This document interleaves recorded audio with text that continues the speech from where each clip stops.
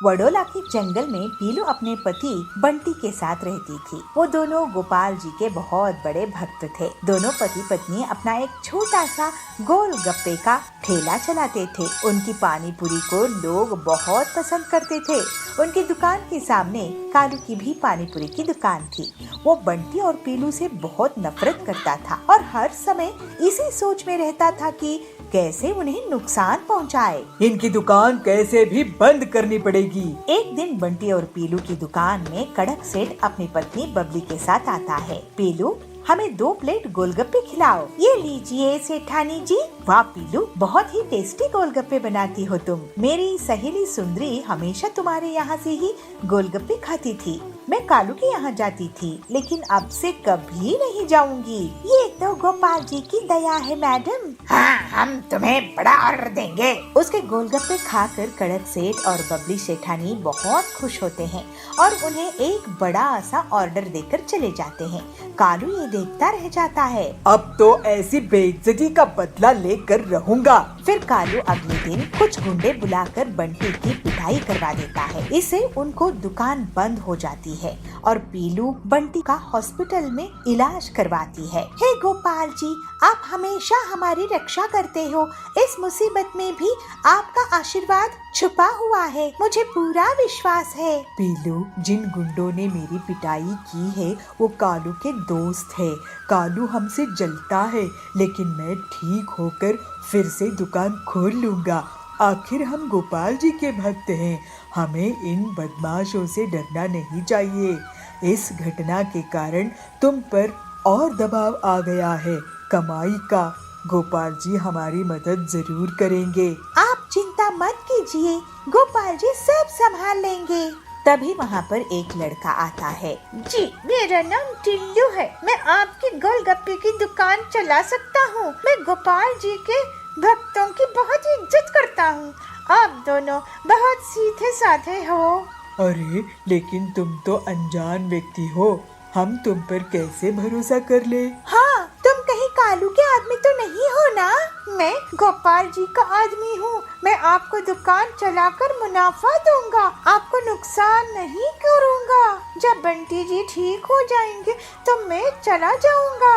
उसकी आवाज में ईमानदारी थी, तो दोनों गोपाल भक्त उसकी बात मान जाते हैं और 2 दिनों तक टिल्लू उन्हें पैसा कमा कर देता है। पैसों की चिंता मत करो पीलू, ये टिल्लू तो बहुत नेक दिल निकला। जी, आज के जमाने में ऐसे लोग कहाँ मिलते हैं। बंटी की दुकान फिर से चलते देख कालू सोचता है, अब इस टिल्लू को ठिकाने लगाना होगा। उसके गुंडे फिर से आते हैं। देखो कालू भैया, इन्हें वापस भेज दो, नहीं तो ये भी पिटेंगे और तुम भी बंटी के हॉस्पिटल में भर्ती होने के लिए तैयार हो जाओ। लेकिन गुंडे उसकी तरफ जाते हैं और अचानक से सभी गुंडे हवा में ऊपर नीचे पटकनी खाने लगते हैं। वो गोल गोल घूमने लगते हैं। कालू की भी अचानक से पटकनी होने लगती है और कालू की दुकान को टिल्लू एक मुक्का मारकर तोड़ देता है। तभी वहाँ पर पीलू और बंटी आते हैं। अरे टिल्लू, तुम इतने ताकतवर कैसे हो? तुम असल में हमारे रक्षक गोपाल जी हो। हे गोपाल जी, आप हमारे लिए गोलगप्पे बेच रहे थे। आपकी महिमा, आपकी दया अपरंपार है। टिल्लू से गोपाल जी अपने असली रूप में आ जाते हैं। बंटी, पीलू, तुम बहुत ही नेक दिल के मेरे भक्त हो। मैं तो हमेशा तुम्हारी रक्षा करता रहूंगा। फिर गोपाल जी को बंटी और पीलू बहुत अच्छे से मिठाइयों की भोग लगाते हैं।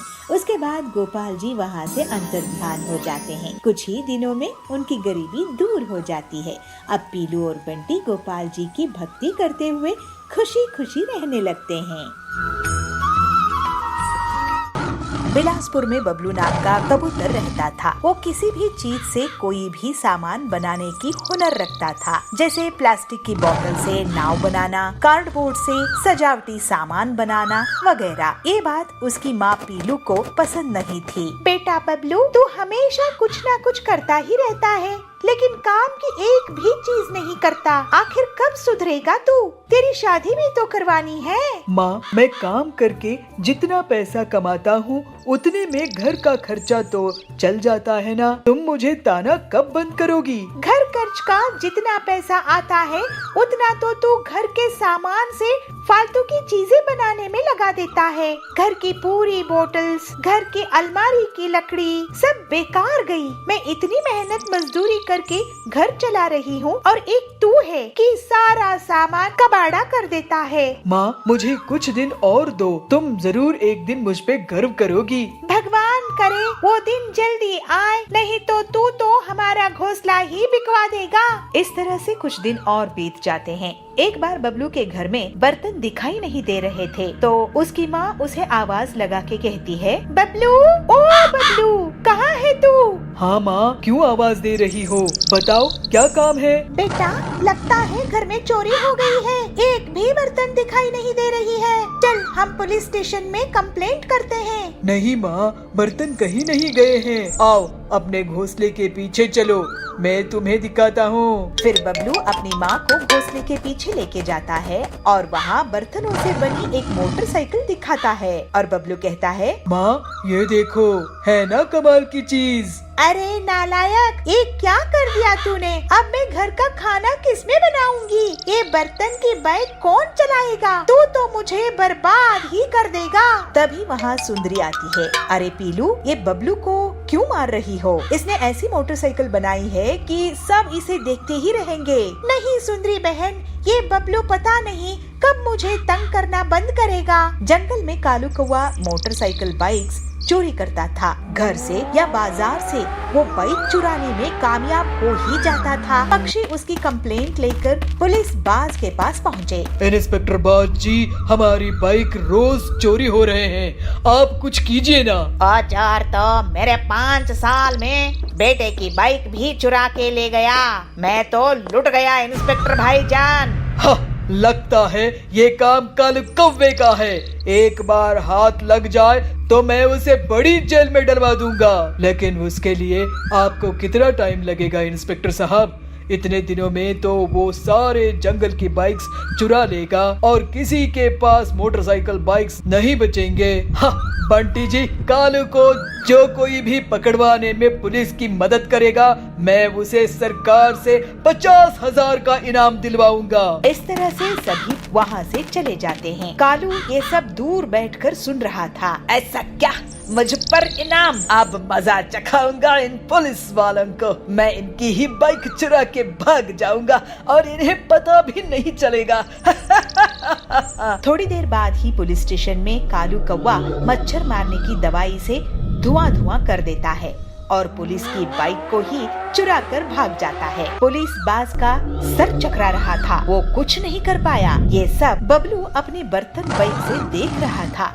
फिर वो तुरंत ही कालू कौवे का अपनी बर्तन बाइक से पीछा करने लगता है और जल्दी ही बबलू कालू की बाइक के पास पहुंच जाता है और उसे जोर से एक लात लगाता है। कालू की बाइक डगमगा जाती है और कालू जोर से गिर जाता है। बबलू अपनी बर्तन बाइक से कालू को पकड़ने में कामयाब होता है और फिर उसे पुलिस स्टेशन लेके आता है। अरे ये क्या? ये कौन सी नायाब बाइक है जिससे तूने मुझे पकड़ा है? ये मेरी स्पेशल बर्तन बाइक है। ऐसी बाइक तो मैंने पहले कभी नहीं देखा। और अब तुम ऐसी बाइक को क्या, कैसी भी बाइक को नहीं देख पाओगे, क्योंकि अब तुम जेल में पड़े रहोगे। फिर अगले दिन पूरे जंगल के सामने बबलू को पुलिस के द्वारा पूरे 50,000 का इनाम दिया जाता है।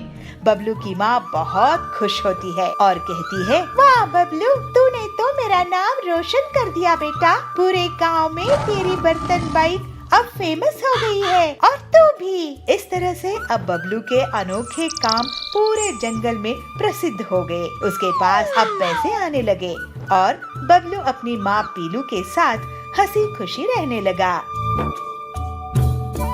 बदलापुर एक छोटे से गांव था। यहाँ बबलू अपने ससुराल में रहता था। उसका ससुराल बहुत गरीब था। बहुत कोशिश करने के बाद भी उसे कोई काम दे नहीं रहा था।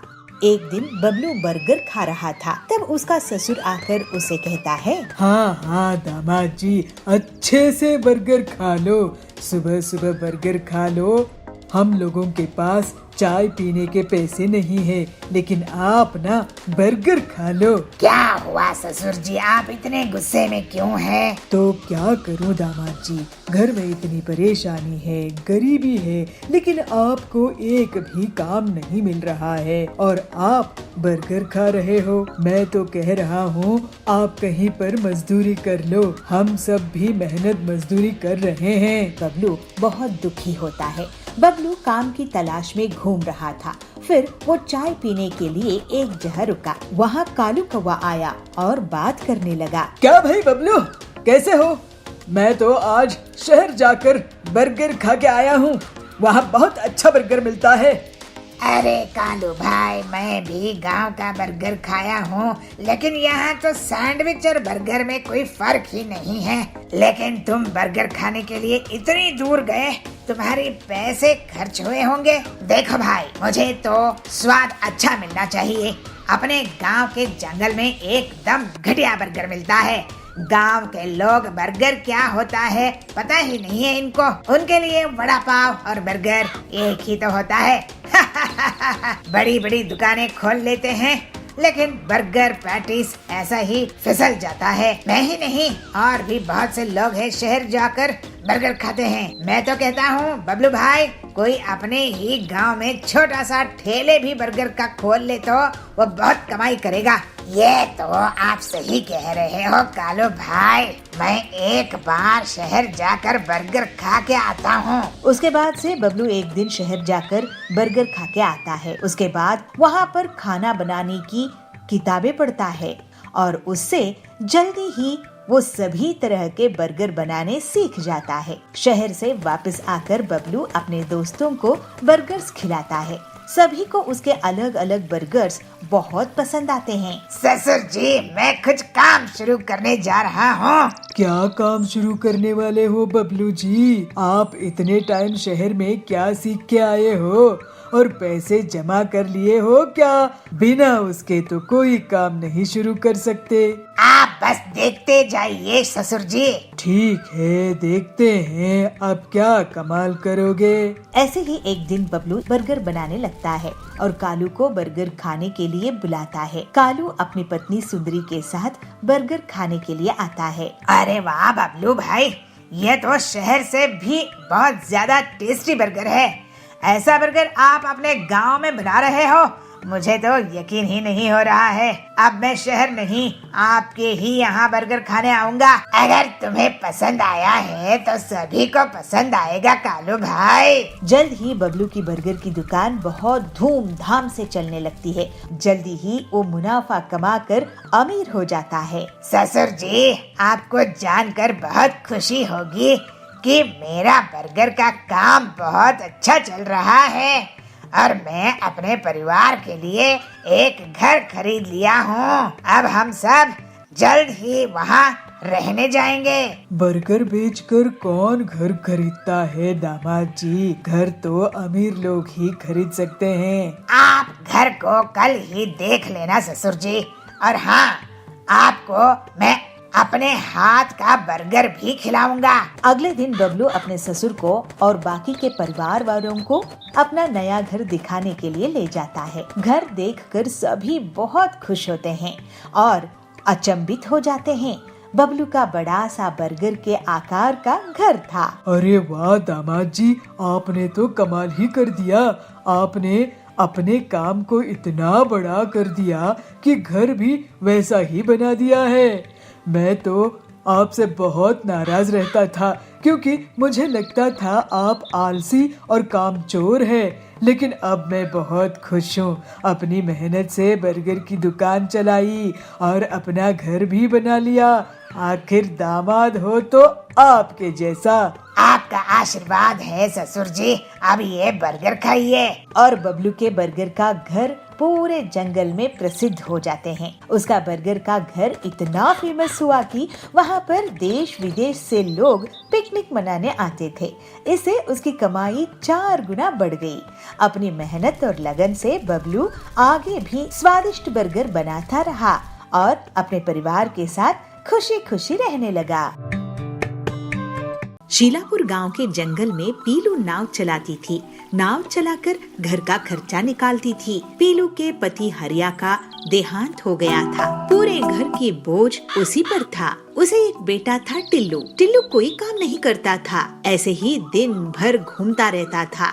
लेकिन वो बहुत जुगाड़ू था और उसे कांच की चीजें बनाने में बहुत मजा आता था। सुंदरी एक दिन पीलू को कहती है, बहन पीलू, तुम बहुत मेहनत करती है और मेहनत से टिल्लू को इतना बड़ा किया है, लेकिन वो कुछ करता ही नहीं है। तो पीलू बोलती है, हाँ बहन, कमाई तो कुछ नहीं है उसकी, लेकिन कांच के सामान बना लेता है। तो सुंदरी कहती है, उससे क्या होगा पीलू, सभी चिड़ियों के बच्चे मेहनत कर रहे हैं, मगर तुम्हारा बेटा कुछ नहीं करता है। वो कांच के टुकड़ों से कुछ न कुछ बनाता रहता है, उसका ध्यान नहीं रहता है। ऐसे में वो कैसे अपना जीवन चलाएगा? तुम उसे कुछ काम में लगवा दो, नहीं तो उसका कुछ नहीं होगा। तुम मेरी बहन जैसी हो, इसलिए इतना सब कह रही हूँ। तो पीलू कहती है, सही बोल रही हो बहन, मैं नहीं चाहती कि वो मेरे जैसा गरीब नाव चलाने वाला रह जाए। मैं उसे समझा दूंगी। उसके बाद पीलू रात में अपने बेटे टिल्लू से बात करती है। टिल्लू, तुम्हारे उम्र के लड़के या तो शहर में काम कर रहे हैं या फिर यही मेहनत मजदूरी कर रहे हैं। तुम बेकार में कांच के सामान बनाना अब बंद कर दो। तो टिल्लू कहता है, माँ, मैं काम पे ध्यान दे रहा हूँ और साथ में कांच के सामान भी बनाता हूँ, लेकिन मुझे पैसे कमाने के काम कोई नहीं दे रहा है। तुम देखना, मैं एक दिन कांच का ऐसा काम करूँगा कि तुम खुश हो जाओगी। बेटा, तू ऑटो रिक्शा ही चला ले, कम से कम कुछ पैसे तो आ जाएंगे घर में। टिल्लू अपनी माँ का कहना मान जाता है, लेकिन उसी रात कालू कौवा उनके घर में आता है और पीलू की नाव के पास जाता है। कालू भी नाव चलाता था और पीलू से जलता था कि वो एक औरत होकर ऑटो नाव कैसे चलाती है और उससे ज्यादा कमाती है। पीलू चिड़िया, तू मुझसे ज्यादा कमाती है, मैं तेरी नाव को जला कर राख कर दूंगा। ऐसा सोचकर कालू नाव पे मिट्टी का तेल डाल देता है और उसमें आग लगा देता है। फिर वो वहाँ से भाग जाता है। अगली सुबह पीलू अपने बेटे के साथ घर के बाहर आती है तो अपना नाव को जलता हुआ पाती है। वो रोने लगती है, हे भगवान, ये गरीबी में तू कैसी परीक्षा ले रहा है? मेरी नाव टिल्लू के पापा की निशानी थी, मेरे घर इसी से चलता था। अब मैं अपने परिवार को कैसे चलाऊंगी? लोगों से लिया हुआ कर्ज भी चुकाना बाकी है। सोचती थी इस बार छुट्टियों में जब लोग घूमने फिरने के लिए आएंगे तो मेरी नाव से अच्छी कमाई होगी, लेकिन अब सब बर्बाद हो गया। पीलू अब मजदूरी का काम करने लगी और घर के लिए पैसे कमाने लगी। कालू ये देखकर बहुत खुश हो रहा था। पीलू से पैसे मांगने के लिए मकान मालिक आता था, उधार देने वाले आते थे। पीलू बहुत उदास रहने लगी थी और उसकी तबीयत भी खराब होने लगी थी। ये देखकर एक दिन टिल्लू बहुत सारी कांच की बोतल्स कबाड़ से लेकर आता है और उन बोतल्स को गरम भट्टी में पिघला देता है। वो गरम कांच को तराशने लगता है और कांच के टुकड़ों को चिपकाने लगता है। फिर अपनी मेहनत से वो एक शानदार कांच की नाव बना लेता है। फिर टिल्लू उस नाव को अपनी माँ पीलू को दिखाता है। माँ, देखो, तुम्हारे लिए मदर्स डे का गिफ्ट। अरे बेटा, ये क्या है?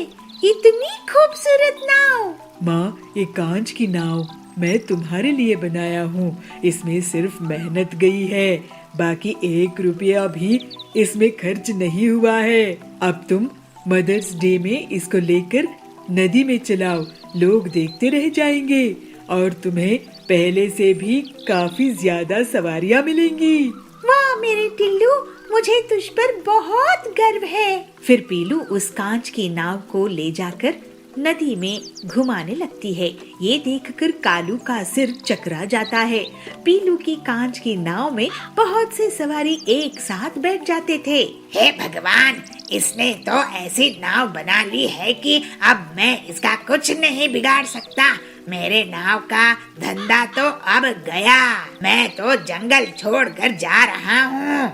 और फिर इस तरह से पीलू अपनी मेहनत से और ज्यादा पैसे कमाने लगती है। उसके घर की गरीबी हमेशा के लिए दूर हो जाती है और टिल्लू भी बहुत मन लगाकर उसकी मदद करता है। थोड़े ही दिनों बाद टिल्लू की शादी हो जाती है। गांव वाले उसकी कला और सूझबूझ की बहुत तारीफ करते हैं। इस तरह से मदर्स डे के खूबसूरत तोहफे के कारण सब खुशी खुशी रहने लगते हैं।